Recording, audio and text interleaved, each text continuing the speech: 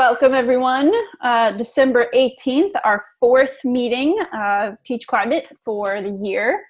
Super excited to chat about A Long Walk to Water tonight.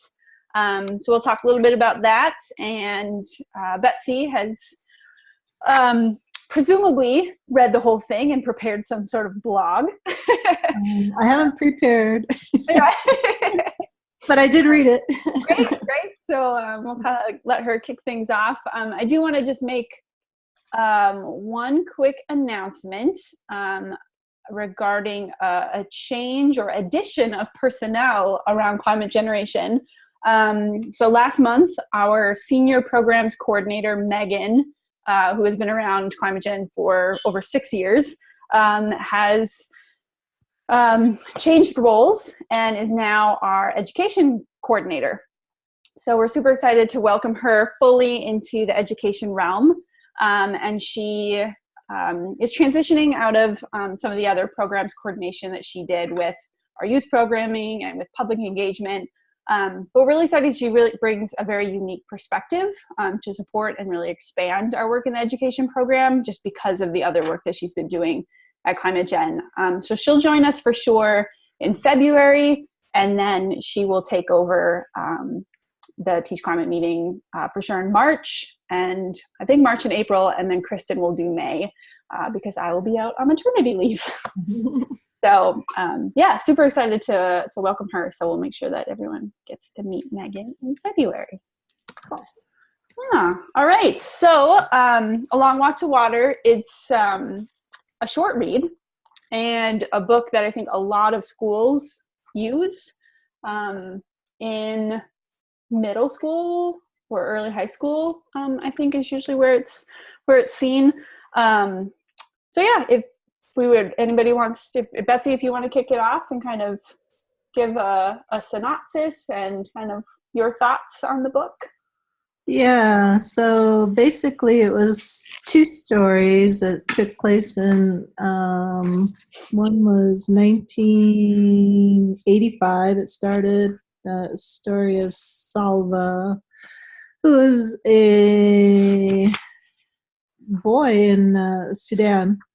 And then they both took place in Sudan. And then the other one was Naya in 2008 it starts, and she's a girl in Sudan. And so her job is always to go and get water and bring it back for her family.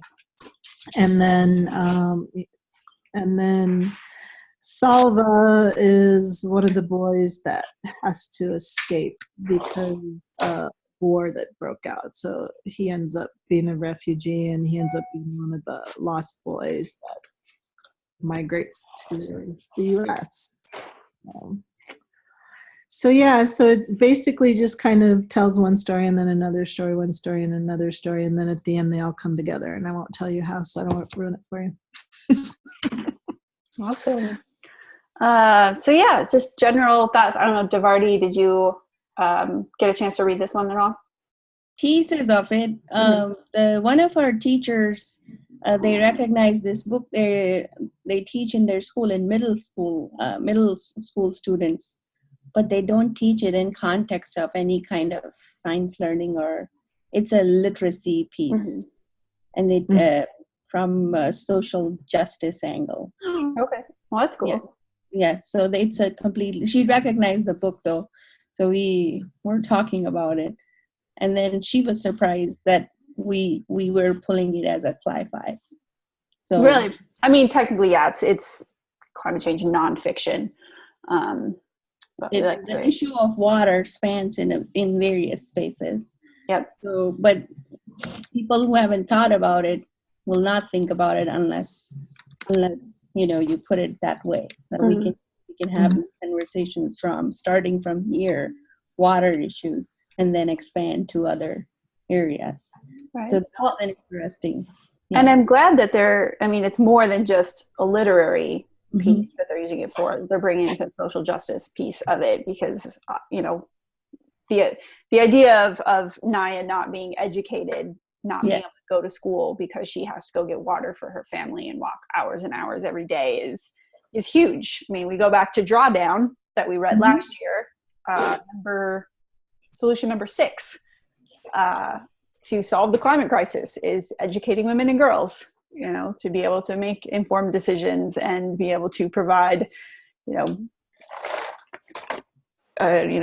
family setting, and not just be more educated in terms of, I don't want to have 6 children, beyond many things beyond that. But that's a huge connector piece, that I saw of, yes, you can bring in climate change, but social justice and equity is key. Yes. And sometimes we bring up children. Maybe that's our underlying piece today. But when you are poor, sometimes having children is helpful, because yes, you have more mouths to feed, but you have more hands to work on fields too. Mm-hmm. So in my observations and understanding of the real poverty, where you have to think about both meals, morning and evening, the idea is, if I have more children, then they will bring us food, help in getting food. Mm-hmm. Or be like there'll be more field laborers. And that's where it's like, the idea of favoring boy child over a girl child also comes in, right? Definitely. But the idea of walking to get water, that's not a far concept for me. I grew up knowing that, okay, those people have access to water, certain people have more access to water, and then certain people do not have access to water, even though it's close to them, but they're not allowed to collect water from here. So those things were and still are in many places the norm. Like if you are poor and belong to a certain caste, then you don't have access to certain wells. So you have to go farther and outskirts of wherever you live to get your water. So then that reminds me too of the water knife, where that whole system fell into place again too, when they had no water, and how Maria, I think it was, ended up getting, working the system. Like when the water was lower price, she went and got all that water and then tried to sell it, but then couldn't sell it because of the whole structure, the market, because the crime in there and everything. That's another good connection. All these books, it's like they're totally separate, but they're so connected. I see that.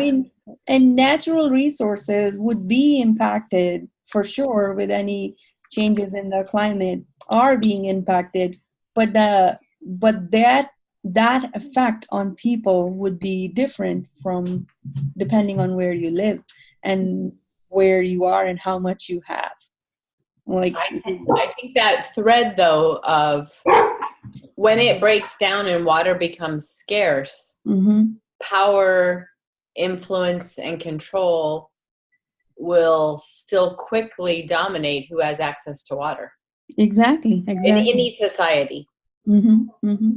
Yep. As a young lady that was raised in the Western United States and lived in Arizona for 10 years, I know, Betsy, you think about this a lot. We never took water for granted. And even though I live in modern cities where there's always water, you look at the drought we seem to be entering in the Southwest again, where it's just not normal, no snows. And I can imagine those kind of power swings happening in my lifetime. If this went on 10 years and Denver had no water, it would not be pretty. Right. So social order might even break down. And being from a place, Minnesota, that has all kinds of water, we definitely don't, and I didn't grow up with that mentality, or a lot of people don't grow up with that mentality of water is precious and you don't waste it. Constantly people are watering their lawns and the sprinkler heads are just watering the driveway, and they're washing their cars and they don't have the spray nozzle on there. It's just going down the gutter. And they're just, and I know that can happen anywhere, but I think you definitely you take it for granted because it's everywhere. But we've still gone through a number of droughts here, definitely not like the Southwest has gone through. But it happens. And then there's the whole conversation of, okay, what if Denver and Phoenix don't have the water? The conversation of where are you going to get it? And the Great Lakes and some sort of pipeline, keeps coming up in articles and research and stuff.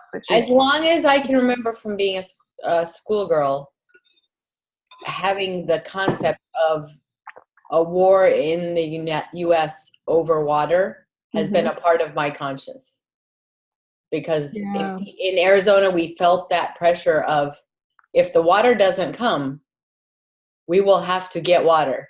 And it wasn't like we were planning war. It was just how you would realize how desperate you would get, and that it could lead to that, to civil unrest.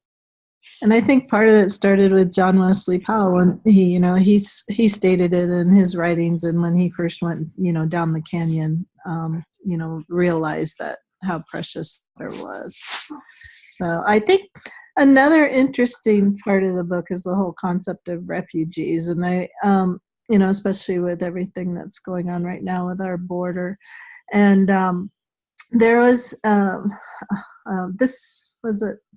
This American Life, I think it was, and they did a whole thing on refugees recently, and people that work with the refugee community, and then they added it on in the podcast. They didn't put it on the actual broadcast, but the reporter had found people in Kansas City area that had been posting that, they're against refugees and all this stuff, and they went and interviewed somebody, and this person didn't believe there was such a thing as a refugee. That why can't these people just go back home? I don't believe there's anything as a refugee. And I thought, how do you even start? You can't even start a conversation with that if there's no way of seeing that from their perspective. I'm not even sure how to go there with stuff. Right. That really floored me. Wow, that's shocking. I keep hearing such good things about This American Life. I need to start listening to it. Lisa Ling has raised up some really critical issues over there. Yeah, Kristen is constantly posting stuff for me to listen to. But I think, I think that raises the importance of A Long Walk to Water. And Boy Who Harnessed the Wind, similar story of, these are real stories of, middle school to high school age kids. They're the same age as the kids that are reading the books, and painting a pretty clear but somewhat, abbreviated short version of what they're going through. And, if we can get more schools to incorporate these books, into not only an ELA classroom, but into a science classroom. I read this when I was teaching. I read this to my my homeroom. We had to do February reading month, and we decided to do a read aloud, and it just opened up such great conversation, just in a very a multi-grade interdisciplinary setting that you wouldn't get just in a science classroom or just with one group of students. But it just raises the point, this needs to be, taught. It's not that other works of literature and stuff should, get kicked out because of it, but, just a second thought about what the main topics are and how we can incorporate more, social justice, and how we can incorporate more, conversation about climate change and climate refugees and the migration and things that are happening all in one piece of literature. It sounds like a fantastic to talk to audiences, especially of that age, about so many relevant topics, especially packed into such a short read. Mm-hmm. And honestly, it reminds me that, remember the Same Sun Here, where there was a simultaneous conversation going on between an American child and a non-American child. Mm-hmm. I like that way, because let me see if I can articulate this thought, but I've seen this happen. When you just focus on books, like if you just keep on reading books that are representing like dire situations in other parts of the world, then somehow the idea gets reinforced that people come to US because they don't have enough and we have enough. But then, so that's it's a partial idea. It's true, but it's not completely true. I mean, refugees are there for every country. You know, I grew up with the refugee problem in India, and coming from Nepal and Bangladesh. Europe has refugees. Refugees are there for every country. But it kind of reinforces the idea that US has everything, and so people come here, and that's not fair to the people who live here and who work here. So that should be stopped. But if there is a dialogue or a way to get both sides, that ultimately there are things that are common between people from two different places, and then there are things that are not common. So then it kind of brings it slightly non-biased. I don't know what I'm trying to say. No, it's very clear what you're saying, and I think that it's a great point. Yeah. So because when students get familiar, then they ask these questions, and they say, well, only along with the idea that Betsy said, well, there is no such thing as refugees. And the second idea, refugees only come to US.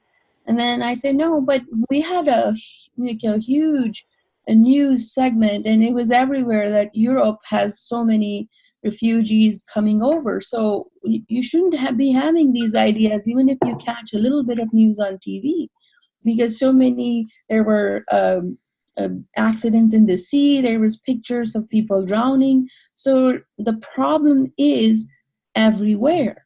And it's this is a bigger than us conversation as to how do we assimilate these people? What are our expectations? Are our expectations biased towards certain kind of people? This is a bigger than us conversation. And the best thing that we can do is to try to think about, all people are born equal. That's where you should start from. And then think about, okay, then I have access to this, others don't have access to this, then what can I do to make some pathways that people can have fair ways to move ahead. I don't know how to articulate this better, but students, most of our students don't even leave Lincoln, and they haven't been outside. So partially reading news, that is now become, you only get the news feed that you click on. So you don't get the whole news. That is something that I'm learning these days, that you only see if you have been reading certain kind of news, then you get more of those news in your news feed. Mm-hmm.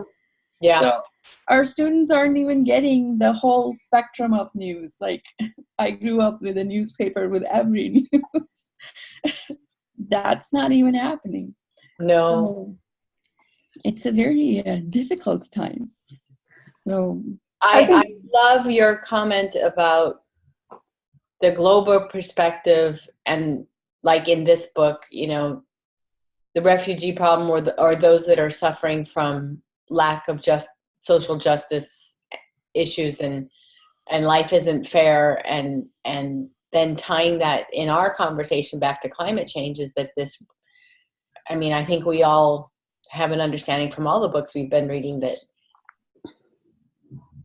the haves and have-nots and the places that suffer flood or drought or famine because of changes will be all over the world, and it will exacerbate a global migration locally, all over the world, which is a huge part of what are the climate change impacts going to be, and who will go where, and what will they have, food and water, and what will it mean socially and politically.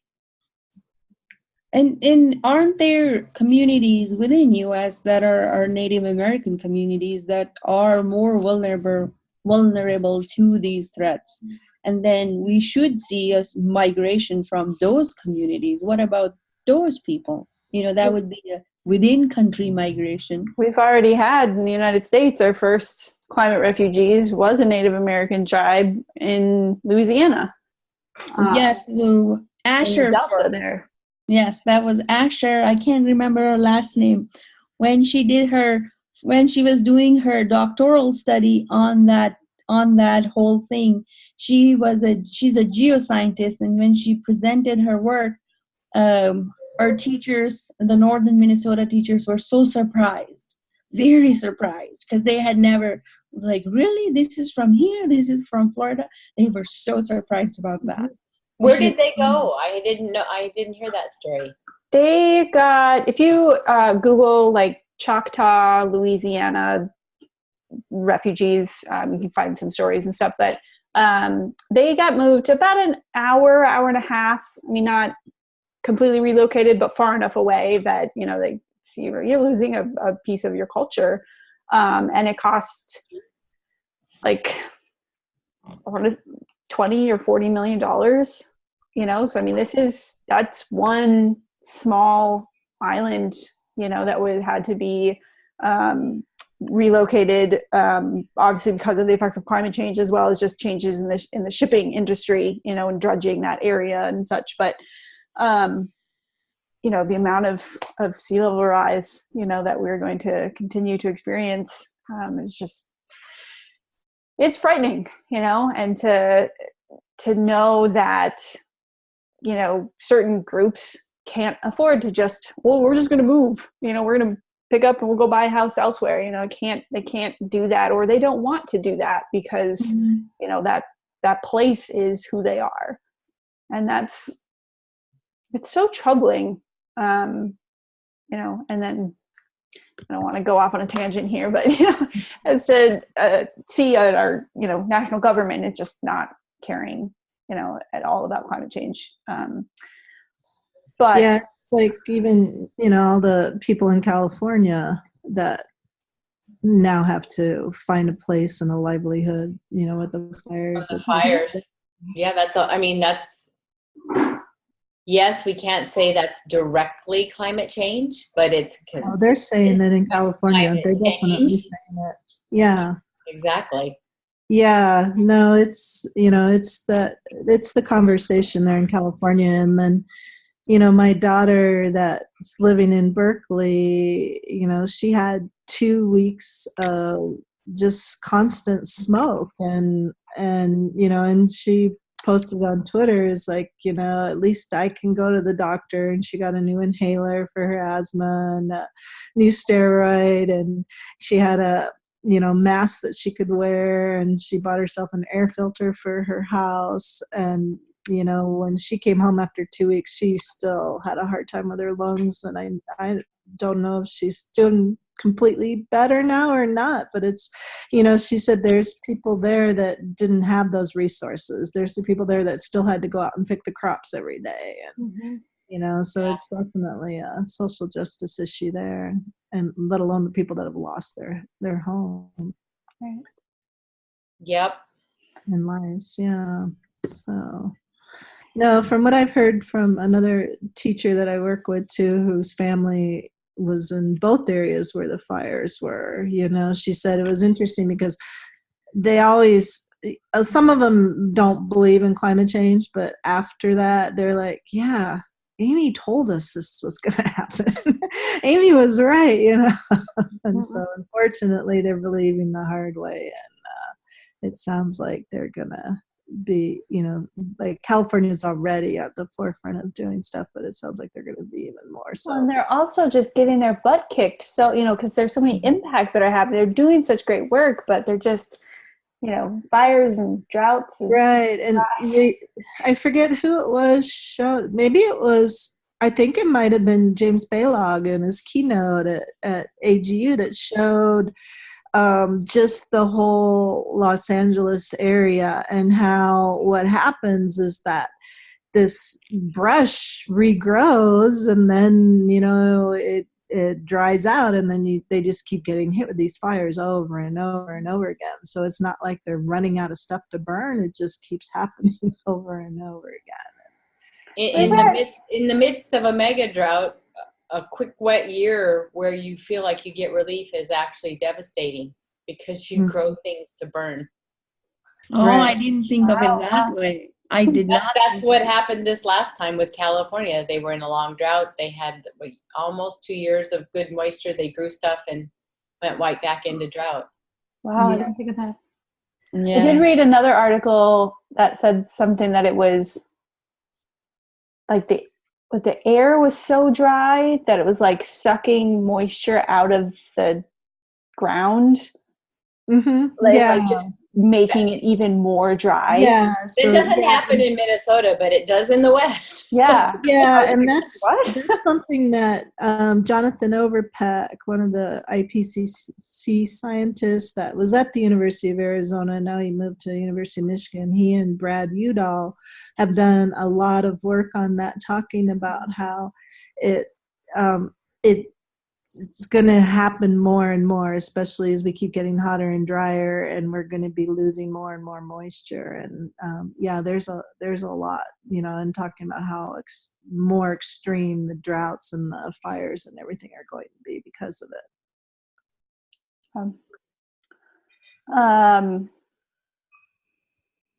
I will mention, I talked about it last week, but this idea of using the book and it, I think, being more of like a launching point for all of these conversations and for this learning. Using the book as is, just cover to cover as a literary piece, maybe discussing a little bit of the, social justice or a little bit of the climate change and water shortage is great. But I think it could really be used, as a launching point for, several weeks of content.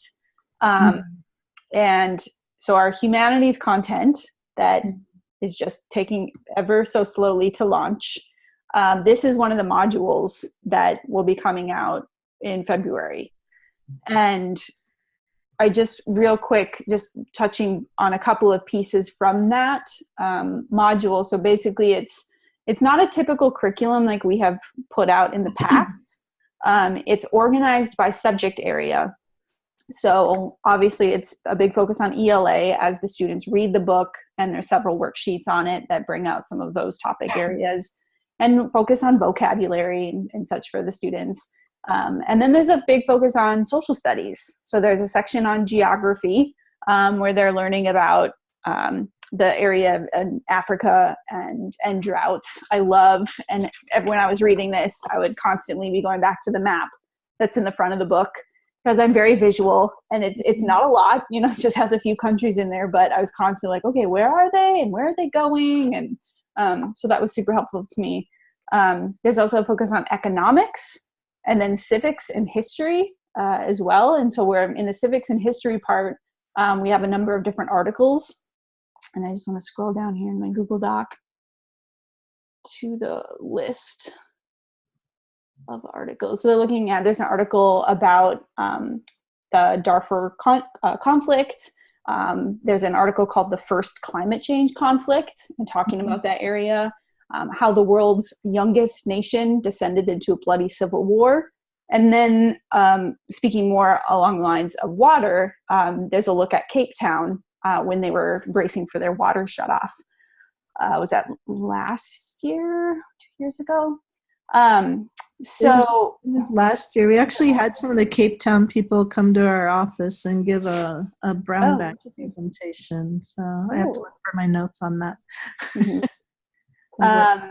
And then there's some information on speaking and listening. So using argumentation, and the question there the students are answering in there is really what is the cause of the war in Sudan? Is climate change a part of the cause? And so they're having to read these articles and gather information and then use that in argumentation. And then the last two pieces, there's a science integration that's looking at water and desertification using the next generation science standards. And then in the last section is service learning. So that actually uses the teaching tolerance social justice standards and the C3 framework for social studies to study and look at the Water for South Sudan group, the group that Salva ends up creating. So personally, I'm so ready to get this out into the world. It's been a long time coming for this and for Boy Who Harnessed the Wind to create those modules. And they're in the hands of a designer right now, so making them all look beautiful. So hopefully in February they'll be out. But I hope that they will be able to take the book and do more with it, with those modules, you know, and to have more conversation, to bring more topics, you know, out of They the book. sound right for that. It's great that you're adding all those other topics. It'll make them much more broadly applicable. I hope so. I hope, and it gets so many people use it. Like I said, I read it when I was teaching. I think we had it in, well, when did this come out? Maybe I didn't read it when I was in school. 2010. No, we didn't. But so many teachers I talk to teach this when we're at conferences and it's out, you know, teachers use it, or at least the ELA teachers in their schools use it. So trying to incorporate more of the science and social studies into the book. Any other thoughts, musings, ideas about the book or climate change education as a whole? I think the focus on humanities is important, and we've seen, I think it'll come together very nicely if we team up teachers, or in my ideal scenario, if there were teaming of teachers, one from humanities, other from sciences, and one from, say, technology even. That would be an awesome implementation and even a really nice study to do. But we're far from that. we're far from that unless there is a grant written in such a way that brings teachers together purposely and then shows an example, or examples like this is how this integration was done. It's not gonna take off that easy, because we talked about doing something like that for some workshops that we're going to try and do this summer, to bring in maybe not a big group, but like the social studies teacher as well as the science teacher come to the conference or come to the workshop, or even like an elementary school science teacher and a middle school science teacher, so you kind of get content that kind of carries through. But that's hard. There's some, with conferences and stuff for multiple teachers to come to is sometimes difficult for districts. I think system doesn't support it. Teachers are willing. The school system doesn't support it. The practicality of day to day, the 40 minutes, the content, and then there's an assessment here and there, that comes in the way. So they do, when given chance, teachers do rise up to the occasion and say, okay, we'll write this together. And then they teach it together, but then they're pulled back again. So that's what I have seen. I don't know, maybe next 2-3 years, or we'll start moving in that direction. When I was teaching, before we got all our budgets cut a whole lot, we used to have teams of teachers, and it was in the 4 core areas, and we did have the opportunity to cross collaborate on some stuff, and that was always fun when we could do that. But then we ended up losing money, and you know how that all goes, so we couldn't. That's the truth. Yeah. We need to invite them here, and then we can talk about it, and we can help them plan, and then they can go back. Right. We just added for our resiliency project that we're working on with the teachers in this cohort. We've added some fine arts teachers that have come into the program from as replacement teachers at schools where we were already working. And it's really interesting to see that because, they're all about visualizing data and community outreach. And so it's going to be a neat collaboration to see where we go with that, with some stuff that we never thought of. We thought originally just science teachers, and now we're pulling in all these other kinds of curriculums. So cool. I think science is an offshoot of humanities.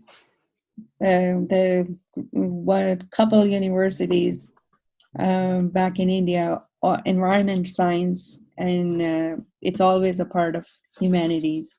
It's not, you have to take humanities classes and understand civics and social justice if you're going to major in environment. Yeah, and then engineering is all about helping people. And so that's a big thing too, is, I think that's a good bent on this is, how do we solve these problems, and always trying to pull like students into engineering, especially women. They introduce it as it's your desire to help people, and that's why women go into engineering more than men. Well, that's the thing with the humanities, like, it's learning about people. It's learning about empathy. Some of the learning about the 3 branches of government and some of that stuff is not necessarily, but there's so much empathy in social studies and humanities that you don't have in science. It could be incorporated, you could create it, you can make those connections, but if you don't think about it, I have a science background. I was a science teacher. Like, humanities was difficult for me to get into to start thinking about. But once I have, it's been so great. I've learned so much, about how we need to teach science and how we need to, incorporate science and humanities into each other. Mm-hmm. It needs to be interdisciplinary. So I think that's kind of a full circle because our school systems are set up to not facilitate the team teaching. They're taught as stovepipes. Mm-hmm. And so when my interest in science bloomed, I thought you had to make choices and you had to pick a stovepipe instead of thinking about being a holistic life person that thought about science in the context of humanities or engineering in the context of the humanities. Nobody fosters that thinking inherently. So teachers that do that's terrific, because exposure to books like this, where you take a real life situation and just examine it from, why is the water situation that way? Why are the roles the way they are? What is happening in that part of the world? Those 3 questions bring it all in, just boom. Right. Well, and there's science pieces of those 3 questions. There's humanities pieces about those questions. There's engineering pieces. There's even, like art pieces, that come in, and it just kind of depends on where you take them as a teacher and how you push your students to think about those questions. Yep. There is a book that we did in our core classes in my doctoral program, whose curriculum, and I can't remember the author name. I'll dig it out. But the whole reason of going to curriculum and instruction for me was to understand, and then the program did a great job at it, is to ask this question: who writes the curriculum? Who influences what we learn and how we learn? And what makes science? And what we read, what we studied as students, as children, who made those choices for us? And that determines how we understand and how we think about the topics that are critical to all of us. They gave examples for everything: social justice, have inclusiveness in the society, how we think about these things. These ideas develop early on, and what we have in our hand is quite formative in how we are learning, right? So I'll find that book. It was pretty nice. Oh, that sounds really interesting. Yeah, you're kind of gearing towards curriculum and instruction doctoral program, Jenna. Yikes. I just told Megan the other day, I was like, I don't know if I want to write any more curriculum. This is overwhelming. Yeah. So you should write about the impact of it. There we go. There's so many classrooms that this curriculum is in. So that would be your doctoral study. There. That's a scary sentence for Jenna. I would love to go back to school at some point, but man. It's not too far. It's right down Pike Hall.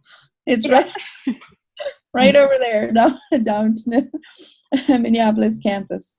But no, they did a pretty good job because I was the only hard sciences person entering the program, and our first core classes are meant to question what you know and how you know. Mm-hmm. And so and I just had my baby then, and the papers were very lengthy, and the only way I could read all that was because, babies fall asleep to literature very nicely. It was wonderful. You start reading loudly, and my son was out. I feel like he's trying to put these ideas in my head. Yeah. No, but you're asking those questions. You're you're in the middle of those discussions because of your job and your exposure and what you have done. Mm-hmm. So in these are very important critical questions as to why we have silo, why we have certain systems, science, technology, engineering, math, in silo systems rather than interdisciplinary. Why aren't humanities a part of it? A big question to ask is who gets funded more, right? Most of the fundings are towards STEM. Only a few are towards humanities. Well, why does that happen? So why don't we work together? Why didn't STEAM take off as much as STEM did? So it's slowly getting there. I think part of it is who gets tested more. There. That's where the money is, and all those no child left behind testing. Yes, who gets tested more? Yes. Yeah. Yes. So we end up asking, those big questions right there. Mm-hmm. Well, I think we solved all the world's problems. Not. I'll say I'd never leave a TeachClimate meeting disappointed or, man, I wish we would have actually talked about something cool. It always happens. Yeah.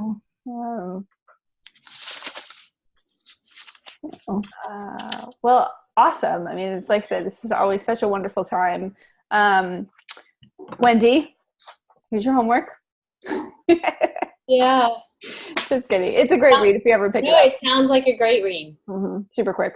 But, and what's the next meeting? Do we know? Yes. So the next meeting is on Thursday, January 17th. The book is called Weather Woman by Kai Emmons. It's new. We were actually contacted by the publishing company that put this book out, and we were sent a copy of the book. I think we had already had TeachClimate going, and they must have found it and said, hey, read this and do with it what you want. And I read it first and loved it. It's about a 30-year-old woman named Bronwyn. And I'm just going to read a little bit about this just because it's just such an interesting book. It's cli-fi for sure, but kind of based in some science. Filling out a place in her doctoral program in atmospheric science at MIT, she drops out and takes a job as a TV meteorologist. After a year living alone, enduring the indignities of her job, dumped by her boyfriend, she discovers her deep connection to the natural world has given her an ability to affect natural forces. So the book is really about her as a woman, like coming into this power that she has to literally affect natural forces. So definitely, like I said, definitely cli-fi, but just really powerful. Women are at the center of this story. Just a really fun read. And the author will be joining us. Oh, Hopefully. awesome. I lined that up a few months ago, just to confirm that she's going to be there. So hopefully she will join us and talk a little bit about her book. And I'm not sure how long she'll be able to be on, but for January and then also for February, the book is South Pole Station by Ashley Shelby. She's a Minneapolis author, and she should be joining us in February as well. Yay. So, are we becoming fancy or what? I know, right? It was a goal to kind of bring in some new ideas. We had Beth back in September to talk about wind, and just the last couple of months has not been able to, haven't put enough effort into finding people to add to the conversation. Not that we need to add to it. It's always very robust and lovely. But yeah, so that's the book. If anybody's interested in blogging, I should be getting a copy. The publishing company said they'd send a copy. So if you are interested in blogging and want to get a free copy of the book, let me know. If not, I'll send it out to the rest of the list. But yeah. I haven't done it for a while, so You wanna do it? send it to me. Yeah. Okay. Yeah, it's one every Christmas we write our Christmas to do for Christmas couple weeks. So mine is to read a book. So I'll do this. All right. Well, hopefully they will send it soon. I can get it. No worries. It should be in the library. When was it released? It's only since like October or November. It's really The library should have it. I just have to. Yeah, I'll find it. No worries, but I can do it. Well, I will let you know. I just emailed them today, and I will let you know if they are going to send it in. But And what's the date in February? You said the book, but what's the date? the date for February, 1 second, is Tuesday, February 19th. All right. Is it okay if I get the blog to you after Christmas? Absolutely. Oh, good. Okay. No worries. Crazy busy this week. No stress. The CLU for January will go out that first Monday, like the 7th or something. Okay. Yeah, I'm working starting the 3rd of January. So if you've got it by then, great. If not, no worries. Okay. Cool. No stress. Well, What was the book for February, Jenna? South Pole Station. Okay. I do have that one already. nice. So yeah, a couple of, this Long Walk to Water is written by a woman as well, but a couple of women authors, hopefully, that will be able to join us.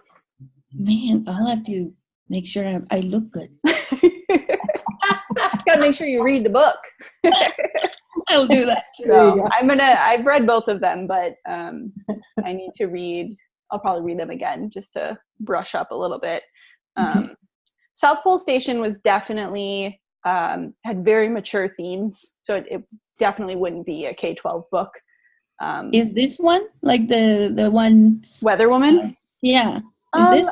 I could maybe see late high school, Okay. especially if it was like a smaller group or, some sort of themed class, women in literature or something. Because it's a very strong, not necessarily feminist, theme, but, just women power and things like that, which I thought was wonderful. But South Pole Station would definitely be more of like an adult book club kind of a book. So, okay, cool. to keep that in mind. But ladies, always a pleasure. Have a lovely holiday season. Does everyone have winter breaks ahead of them? A little bit. No, AMS annual meeting starts 3 weeks after AGU. So, no. You're in it. Well, But I think I can make both of the next book clubs. So Yay! Good. Well, we're happy you could join us tonight as well. It's been too long, Wendy. I missed y'all. I'll be working with you, Wendy. We are working on a mega lit review, 208 studies. So Fun. I'm just going to be sitting on the couch nursing this child. Hey, that's important work. That's gonna important work. Yes, yeah. Do not let anyone say anything. That's an important part. My husband's been so supportive. It's been so lovely. So that's great, as it should be. Good place. Well, thank you again. See you all in a month, if not before. Yeah, thank you. Happy holidays. Bye. Bye.